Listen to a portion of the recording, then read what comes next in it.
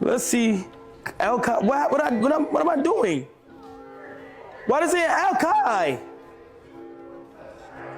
Cenat's own chat turned on him so hard he started stuttering on stream, and once you see what he did to Jinxy, you'll understand why even his day one supporters started spamming L's. This wasn't just a few haters in the comments. We're talking about thousands of his own viewers watching him expose himself in real time, and the panic in his voice when he realized what was happening told the whole story. Why they saying Elkai? What I do? The confusion was almost believable if you hadn't just watched him completely ghost someone on stream like they didn't exist. The moment that broke the illusion happened during what should have been a simple Clash Royale collab, but instead of gaming content, viewers got a front row seat to watch their favorite streamer's mask slip off completely. And the wildest part? He only started caring after his chat revolted, not when he was ignoring Jinxy, not when he ditched him mid-conversation, only when those L's started flooding his screen faster than his mods could delete them. You see, Jinxy had been hyping this Clash Royale tournament for days, posted about it on his socials, told his community about the big collab with AMP, genuinely excited to coach one of the biggest streamers on Twitch. You could hear it in his voice when he joined that Discord call. This was supposed to be wholesome gaming content. Instead, it turned into one of the most uncomfortable moments ever broadcast on Twitch. The Discord call started with Jinxy trying to explain his tournament idea. Do y'all want to do a tournament? Because I think that would be fire, bro. Like if y'all play each other. Echo? Who's echoing? Kai, Oh gosh, it might be me. Wait, is it better now? But every time Jinxy tried to speak, someone would talk over him. Not accidentally, but consistently, like he wasn't even there. Echo. Who's echoing? They kept going, discussing their own stuff, while Jinxy sat there trying to get a word in. You could literally watch the enthusiasm drain from his face. Then Kai just stands up. No explanation. Nothing. He literally gets up, grabs his IRL streaming gear, and starts walking out. Let me go see what these people are talking about, he says to his chat, completely abandoning the collab. The confusion on Jinxy's face said everything. This man had planned his whole stream around this moment, and Kai just walked away like he forgot he existed. The chat immediately exploded with L's. These were Kai's own subscribers flooding the stream. Jinxy, meanwhile, handled it with more class than anyone expected. He legit, Kai is doing an IRL, someone told him. That's when Jinxy made the decision that hit everyone watching. Alright chat, I'm going to go to the gym, bro. I don't even know what's going on. I tried to set up a tournament. I don't know. The defeat in his voice was brutal.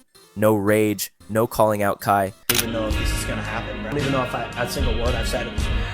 That spam boy about to smack the shit up. Can you guys hear me? I ain't like he tough. I ain't like he faked up that. I ain't like he did that. Kai is doing an IRL? What the fuck is this? Wait, it's all right, chat. I'm gonna go to the gym, bro. I don't even know what's going on. All right, I'm gonna see y'all boys, bro. I tried to set up a tourney. I don't know. Just quiet acceptance that he'd been completely disrespected. The speed at which Kai changed his entire energy was transparent. 1 second he's doing IRL content without a care. The next he notices his chat. Elkai, Elkai, Elkai. The spam was relentless. What? What I do? Why they saying Elkai? You could actually hear his brain trying to process why his usually supportive chat had turned into a wall of criticism. Then came the switch up nobody will forget. No, tell Jinxy. Matter of fact, no. Tell Jinxy they had something planned IRL, but I'm about to do a one-on-one. I didn't want to do the IRL, I ain't gonna lie. This man literally just stood up on his own, grabbed his gear on his own, left on his own, and now suddenly he didn't want to do IRL? The gaslighting was so obvious that even his defenders went quiet. I feel bad now because it's like he literally was waiting all day and posted about it. Notice how he only felt bad after seeing the backlash? Not when Jinxy was being ignored. Only when those L's started flooding in did empathy suddenly appear. Then he tried to shift the blame to Jinxy. He just ended like we were supposed to play with him. Brother, you left him, you walked away. Now it's Jinxy's fault for ending his stream after being abandoned? Even Duke and the other AMP members seemed uncomfortable with how hard Kai was trying to rewrite what just happened. Bruce tried to warn everyone months ago, and suddenly those cryptic messages made perfect sense. I see why Bruce don't mess with bro, became the rallying cry in every comment section. The same fake energy Bruce spotted early was now impossible to ignore. Someone compiled a supercut of Kai's reactions to music, and it was painful to watch. The man would literally wait to see chat's response before deciding if he liked something. Chat goes wild, suddenly he's jumping around screaming. Chat seems mid, watch him immediately tone down. He is the embodiment of what Rap Caviar listeners listen to. One comment read, no genuine taste, just whatever the algorithm says is hot. The comment sections started looking identical. Kai getting annoying now with 45,000 likes. His reactions are fake? No way. With sarcasm so thick you could cut it. Even his own community started admitting what they'd been denying. Loud does not equal funny became the new motto for people finally seeing through the act. Those moments where he'd scream at absolutely nothing, people now saw it for what it really was. Someone who'd lost touch with authentic reactions because everything had become content. Mr. Beast dropped the Team Water initiative, and suddenly, every creator's true priorities became crystal clear. This was a massive movement to provide clean drinking water to millions who desperately needed it. Logan Paul threw in $100,000. XQC committed $400,000. Even Casio, newer to the scene than Kai, dropped $100,000 immediately. The donation list read like a who's who of content creation, with one glaring absence. Where was Kai Cenat? Okay. Yeah, I was inviting people to the stream. One said yes. And then I mentioned that Adin would also be streaming. I was like, yeah, last time he helped raise over $2 million for charity. Like, it's great. You know, I'm trying to raise as much as possible. And he's like, oh, I should have even said he. The person was like, well, when I come on, can Adin just like get off the stream and just go in a different room? I was like, no, not really. It's on his stream. And they're like, well, I can't do it. Crazy, right, Chad? The same guy who broadcast his sub counts and earnings per stream suddenly went ghost when actual money for actual people was on the line. The sidebar showed everyone from YouTube dropping $2 million down to smaller creators giving what they could. DDG put up $10,000. Even Young Thug donated from prison. But the self-proclaimed king of Twitch? Nowhere to be found. This hit different because of what everyone already knew. Those Nigerian schools Kai promised to build? Still nothing but empty promises and deleted tweets. Remember when he made that huge announcement about giving back to Africa? Months later, not a single brick laid.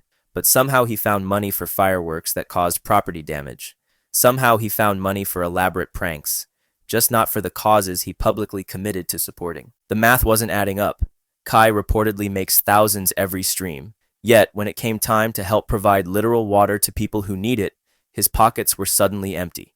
The pattern was clear. Every generous gesture needed to be filmed, credited, and monetized. Real charity, the kind where you just help because it's right, that apparently wasn't in the budget. Adin Ross, of all people, became the voice of reason. And if that doesn't tell you how badly Kai fumbled, nothing will. During that legendary stream setting up Team Water donations, Adin laid down a challenge. If Kai does 400,000, on God, I'll do 400,000. Simple. Director. A chance for both of them to contribute $800,000 to help millions get clean water.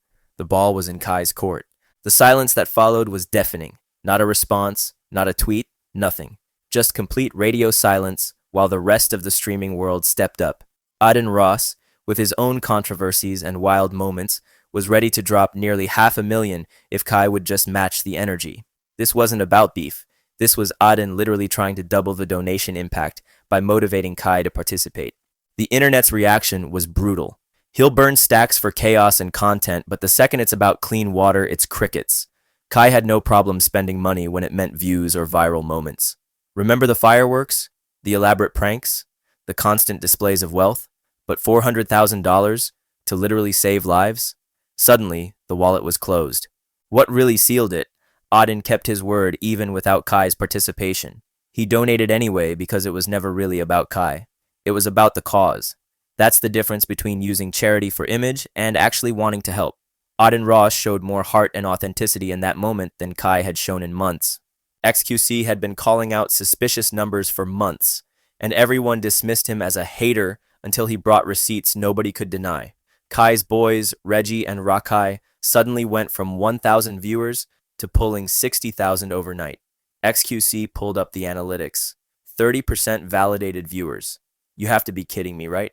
When only 30% of your viewers are real, that means 70% are ghosts. Bots. The evidence was devastating.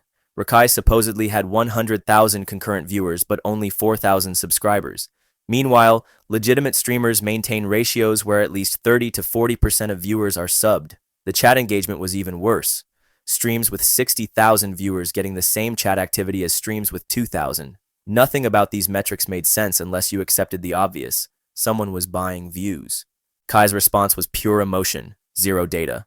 It looked like you blank gang became his only comeback. Repeated like saying it enough would make the evidence disappear. No counter-analytics, no explanation for the impossible numbers, just emotional deflection. Then came the perfect opportunity for Kai to prove XQC wrong. Remember all that talk about going band for band to see who really had more money? Team Water became the ultimate band for band moment, and only one person showed up. XQC dropped $400,000 without hesitation. Meanwhile, Kai was nowhere on that donation list. All that wealth flexing evaporated when actual millions were on the line for charity. The internet's response was unanimous. XQC had been right all along. The comment sections across every platform started looking like coordinated attacks, except they weren't coordinated at all. Common Kai L became the default response to anything involving his name. Even verified accounts and other creators were openly calling him out without fear of backlash. He's just an embarrassing speed clone with fake reactions, hit different because it came from former fans. These were usernames that had been defending him for years. Kai gotta be the fakest human ever, Speed over Kai any day. The comparisons to Speed hurt most because Kai built his brand on being the alternative. Now people were saying at least Speed's chaos felt genuine. His own day one supporters started posting confession comments. I won't even lie, I used to defend him, but after the Jinxy situation I can't anymore. These were people with subscription badges who'd been there since early streams.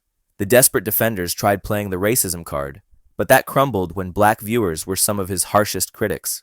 I'm black, and if I had the same chance as Kai, I would have put 1 million in that cause. What sealed it was complete unity across different communities that usually beef with each other. XQC fans and Speed fans agreeing. All platforms saying the same thing without coordination. When your own community, other streamers' communities, and random observers all reach the same conclusion independently, that's not hate. That's truth becoming undeniable. From Twitch's Golden Boy to Cautionary Tale in a single week. This wasn't some coordinated cancel campaign.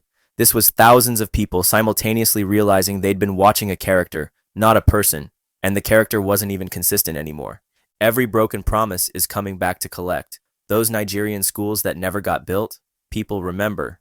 The Team Water donation that never materialized, screenshots saved, the way he treated Jinxy, clipped and shared millions of times. The internet has an entire filing system dedicated to every time someone says one thing and does another. The real question isn't whether Kai can recover. It's whether he even cares enough to try. Every response so far has been damage control, not genuine reflection. Every apology came after backlash, not before harm. When someone shows you who they are this consistently, believing them becomes the only logical choice. While his chat spammed L's, while creators distanced themselves, while the internet collectively decided he was moving weird, Kai kept trying to gaslight everyone into thinking they were misunderstanding obvious situations. But you can't gaslight thousands of witnesses. You can't PR your way out of clear video evidence. This is what happens when keeping it real goes wrong. Except Kai was never keeping it real in the first place. He was keeping it profitable, keeping it viral, keeping it trending, but never keeping it genuine. The internet never forgets, and Kai just learned that the hard way.